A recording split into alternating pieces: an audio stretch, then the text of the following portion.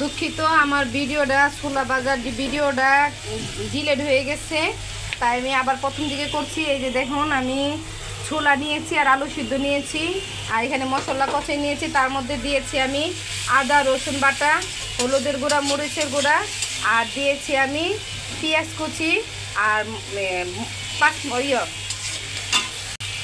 গরম মশলা পেস্ট। এবার আমার মশলাটা ভালো করে কষিয়ে নিব। আমার কষানো হয়ে গেছে। এবার আমি এটার মধ্যে দিয়ে দিব এই যে আমি ছোলা আর আলু সিদ্ধ করে রেখেছিলাম সেইটা দিয়ে ভালো করে আমি মিক্স করে আমি অপেক্ষা করব।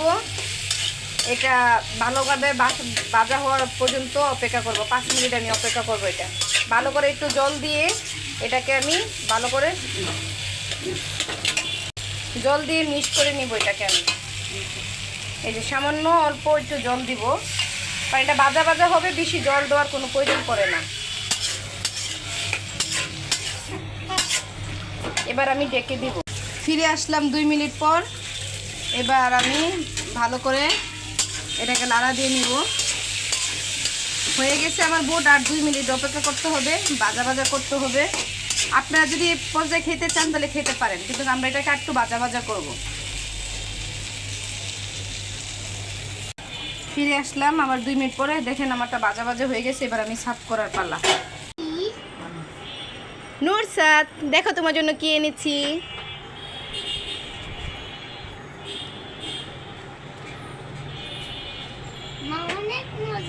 তাই আমার মেয়ের অনেক ভালো লেগেছে।